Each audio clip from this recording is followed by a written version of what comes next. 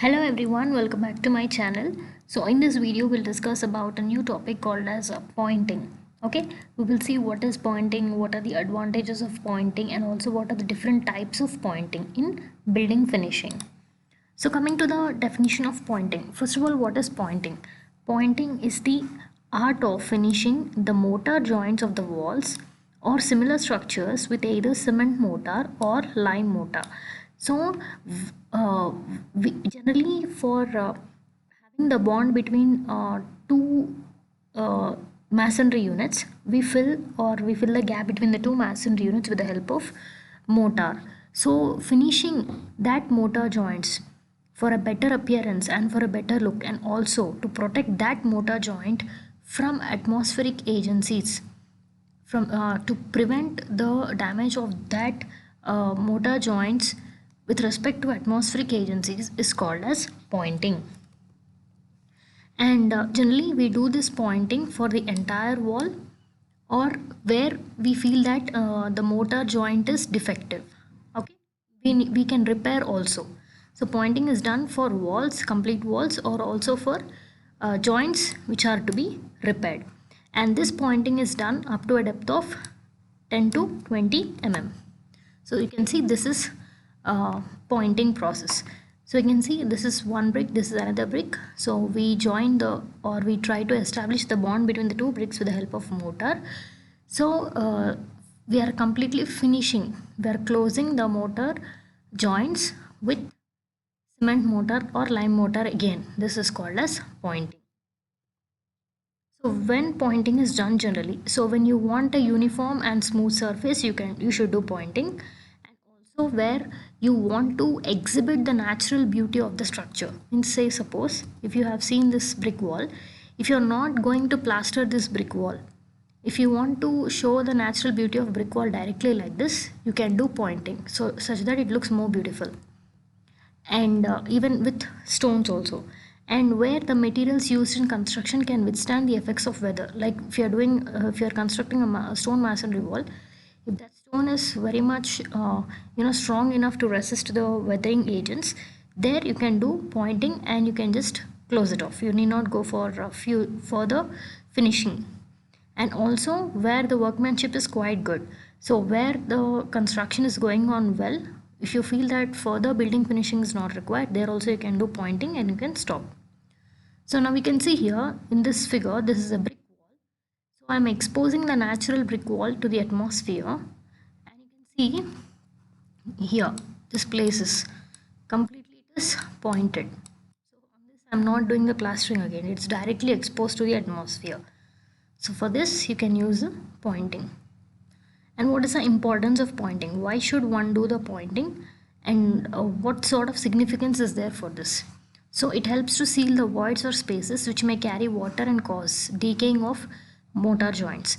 So you can see we are trying to establish the bond between the mortar and the mortar. With the help of mortar, we are trying to establish bond between the masonry units like bricks or stones. So if the mortar joints are not filled properly, if the spaces are not filled properly, what will happen? So there is a chance that the moisture from the atmosphere or the atmospheric gases can enter inside, causing deterioration of the masonry unit or the structure. So for that, once you point it like this, what will happen? There is no scope of entry. So whatever voids or spaces are left with by the mortar joints, that will be filled out by doing the operation of pointing. Regular maintenance is reduced if pointing work is done properly and aesthetically. So if you observe the same figure, what I've shown you just now, if you do the the pointing perfectly like this, then there is the cleaning of the surface, wall surface is very easy. Even the maintenance, it gives strong and reliable bone finishing at joints of bricks, stone masonry, of course. So now the joints become more strong. Why? Because we are filling the joints properly with the mortar. It also has scope in various places, even in low precipitating areas. Even when the rainfall is less, once you do pointing and you leave it, it looks nice. So like this. Okay, you can see here we are using a colored mortar to do the pointing. Next, coming to the uses of pointing, as discussed earlier, it is used to fill the gaps at the joints of brickwork or stonework. Next, repointing can be done to maintain and repair the cracks. So if here anywhere the joints, the mortar joints are damaged or decayed, then again with the help of when you do the pointing, you can, it's like you're repairing that mortar joint. Okay, you do not disturb the entire structure. So where the damage is there you can just do the pointing. And stones can be used for pointing in the stone masonry to make structure more strong and durable. And even people also do pointing to give aesthetic look, as we have discussed. So see, this person is doing the pointing. Next, what are the different kinds of mortars used in pointing? The first one is lime mortar. So lime mortar is that mortar which is prepared by mixing lime, sand and water. Okay, so here lime will be the binder, and generally the ratio of lime mortar will be 1:2 or 1:3, which is used for pointing especially. So 1:2 means one part is fat lime and two parts is sand and considerable amount of water. And where do we use this lime mortar in pointing works? We use lime mortar in new buildings and structures with traditional methods, and also in old buildings you can observe this. The white color lime mortar, with the help of that they do the pointing. Next comes cement mortar. So cement mortar is the most commonly and most widely used. So obviously cement mortar contains cement as the binder. So it is prepared by mixing cement, sand and water. Mostly preferred ratio is 1:3. So where one part is cement and three parts is sand. Okay. And once you prepare the cement mortar, use it before 30 minutes, because after 30 minutes the cement starts setting. And it is used for, this kind of binder is used for pointing of all sort of buildings. Next comes Surki mortar. So we all of us know what is Surki, right? It's the powdered form of bricks. So this Surki mortar is also used, but not Surki directly as the binder. We add little amount of lime also and water.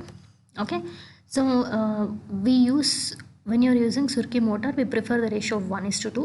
This is a old method of, or old kind of mortar which is used for old buildings and structures, but nowadays most of the people are going for first cement mortar, then lime. Okay, now coming to the different kinds of, or the different types of pointing, what are possible? We have all these types. We have flush pointing, recessed, beaded, struck, key joint, tuck pointing, V groove and weathered point jointing, weathered joint pointing. Now we'll see all of them in detail. First one is flush pointing. So observe the figure. So you can see mortar is pressed hard in the raked joints and by finishing off flush with the edge of the masonry unit. So this is our masonry unit, and here you are filling the mortar. Okay, so you see now all the upcoming figures will be like this only. So this red color indicates, let's say that's a brick, and this is the joint where I am filling the mortar. So now flush pointing means you can see the entire joint, mortar joint is flushed with mortar. Okay, you flush entire mortar into it, you fill the entire mortar into the joint, and you finish the surface neatly. This outside surface you finish it neatly, you trim it with the trowel such that it looks like a straight edge. So now if you observe the figure, see, it looks like a straight edge. Okay, so till where is the brick unit? Till there will be the mortar unit. So this is how a flush pointing is done. Okay, so you can see this is a flush pointing figure. Okay, flush pointing, even though it doesn't give a good appearance, but it's more durable. Okay, because there is no provision for cavities or holes. Why? Because we are entirely filling the depth with mortar. We are flushing the mortar inside, so there is no scope of entry of dust or water from outside, hence it's more durable. Next comes recessed pointing. So what is recessed pointing means? So if you observe here, you can observe the mortar is pressed back with a gap of 5 mm from the edges. So if you see, this is the edge of the masonry unit. So from the edge of the masonry unit to the mortar, this gap would be around 5 mm or more than that. So at a distance of 5 mm from the edge of the masonry, we fill the motor joint. That's called as a recessed pointing. And during placing, the face of the pointing is kept vertical by a suitable tool. So if you observe here, uh, if you observe this wall, you can see nowhere the pointing is outward. You saw everywhere the brick edge is here, the pointing is inside. Means we give this gap for recessed pointing. And this is not generally recommended, but sometimes it's used for facing works where you are using bricks or any sort of textured bricks or any sort of aesthetically, if you want to project that wall or that structure made up of bricks or textured bricks or any stylish bricks, then we do this recessed pointing. We do not give much importance to the pointing. We want to highlight only the brick portion. So we do the pointing but little bit inside. Next comes beaded pointing. So if you observe this beaded pointing, so this is our brick masonry or our masonry unit. You can see here there's a projection on the outer edge of the masonry joint. That's called as a beaded pointing. So in this type, the raked joints are first filled up with mortar and finished flush with the face of the wall, and then bead is formed by a steel or iron rod with a concave edge in the middle of the joint. So first entirely we flush the mortar inside. So entire cavity is filled with, or entire joint, raked joint is filled with mortar, of course, but with the help of a steel or an iron rod, we make this bead. Okay, this is called as a beaded pointing. So it looks like a projection outside, and this type of pointing will have good appearance but very easy to damage. So you can see this is the projection extra more than the wall, so it is very vulnerable to get damaged, right? So this is how it looks. Next comes struck pointing. So what is struck pointing? In this type of pointing, the face of the pointing, instead of keeping vertical, is kept sloping outwards. So you can see here, it is sloping. Okay, this is called as struck pointing. And to achieve this, the mortar is first filled up into the rake joint, and then top horizontal joints is pressed inside by an amount of 3 to 6 mm with pointing tool. So first we fill the entire mortar joint, raked joint, with the mortar, and then with the help of a pointing tool, we in a slanting position we try to press it. So first it will be filled like this, entire part will be filled here also, but then what happens when it is still in the fresh stage, you try to press it, so at that time it becomes inclined like this. Next comes keyed or grooved pointing. So key in this type of pointing, what we do is we try to fill up the mortar first into the complete raked joint, means we flush up completely, and then we make a semicircular notch. You make a semicircular portion here, right, like a key, which acts like a key, with the help of a tool called as pointer. So you can see this is a key or a groove, hence it's called as key or grooved pointing. Sometimes it is also called as rubbed pointing. Why? Because you can see a semicircular notch is formed. Okay, here you can see a semicircular notch is formed. Okay, so grooved pointing has a bigger groove on the face than the keyed pointing. So let's see, like this it looks like. Next comes tuck pointing. What is tuck pointing? So first we flush the entire mortar into the raked joint, and later we finish the outer side of the or the facing of the mortar in a different way. How? So you can see here, first the mortar is flushed inside the complete joint. You can see the face of the wall or face of the mortar. This is the face of the mortar, what we see with our eyes. So you can see here a groove like portion is made, or outer groove, okay, or a channel, what you can call this part. Okay, so around the width of this channel will be around 5 mm and the depth of this channel will be around 3 mm. Okay, and it is made exactly at the center of the joint like this, and generally we fill it with lime putty. Next comes V groove pointing. So just before we have seen the grooved pointing, right, where we had a semicircular groove. Now in V groove we will having a V shaped groove here at the face of the motor. Initially the motor is completely flushed into the raked joint, then with the help of a proper tool we try to make this groove, V shape groove. Okay, this is, as I've told, this is very similar to keyed or grooved pointing, but the shape will be a V shape. Next comes weathered joint pointing. This is also similar to a V joint, but in this case, in last figure what did we see?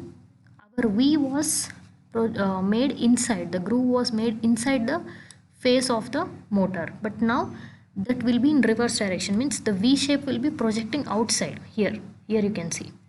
This is called as a weathered joint pointing. So whatever the different types of pointing are there, we will be using based on our utility, where we are placing that wall, or what is the utility of that structure, what is the use of that pointing. Based on that only we adopt any one of the pointing. Now coming to the advantages of pointing. Why should we do the pointing? What advantages are there? It avoids cracking and shrinkage at the joints. Obviously, why? Because all the joints are filled with mortar.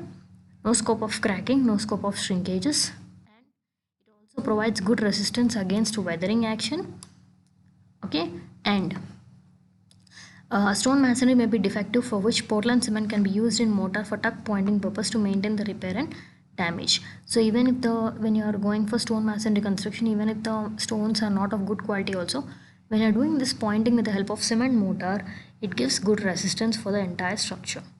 And whatever the spaces or voids are present inside the joints, everything will be fixed. Why? Because we are doing the pointing, and hence there is no scope of external agents. Okay, even thermal property of the wall can be maintained by insulating the cavities. So since we are closing all the voids or cavities, the insulative capacity or the thermal property of the wall will be maintained, and there is no scope of outside heat coming inside through the help of these cavities.